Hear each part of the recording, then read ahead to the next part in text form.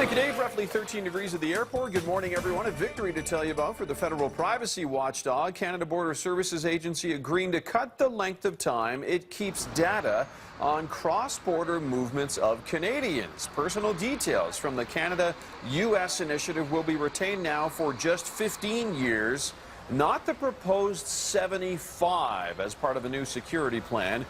The tracking system essentially involves exchanging entry information collected at border crossings so the data on entry to one country serves as record of exit from the other. The Privacy Commissioner's office expressing concern about plans to keep info on people for 3/4 of a century, asking for the border agency for review.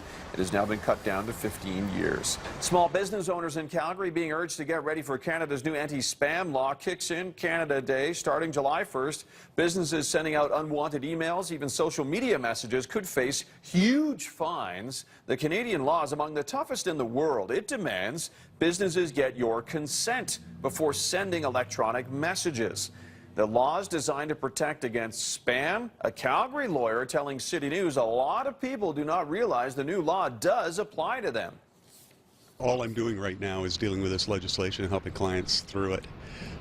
There is the July 1st date when it comes into force, and so people are becoming much more aware of it now that they're seeing requests to expressly consent to receiving future what are called commercial electronic messages. Penalties for violating the new law are steep. A $1 million fine is possible for an individual. A $10 million fine is possible for a company.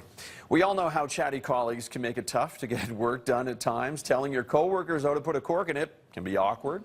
One, open concept offices, by the way, are where you really see this happening. Recent studies show a lack of privacy is linked to poor performance, stress, even fatigue. So what do? Well, experts say the easiest solution is to politely speak up, making it clear you have work to do to your coworkers. Not always received well, though. There's also the option to put on headphones to block out the noise.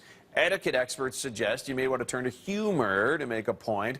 Something to remember, though, being too antisocial in the office is not a good thing. Interaction helps build teamwork and morale. A charity founded by Olympic bobsleigh pilot Christina Smith is trying to make this summer more fun for underprivileged kids. Push Start is what it's called, giving away 30 bikes to kids at 2 Calgary schools. The children are also getting safety and skills training through the foundation. Many of the children are new to our country. They're refugees from war-torn countries. Christina Smith says she started the foundation to try to get kids more active, and the kids, they just love to ride. I think this program's really amazing. They help people and children from schools to ride bikes and people who don't have bikes. The bikes are going to kids at Sherwood School in the southeast community of Ogden, and also to kids at Connaught School. That's in the southwest in the Beltline. And that's your news to 7:38.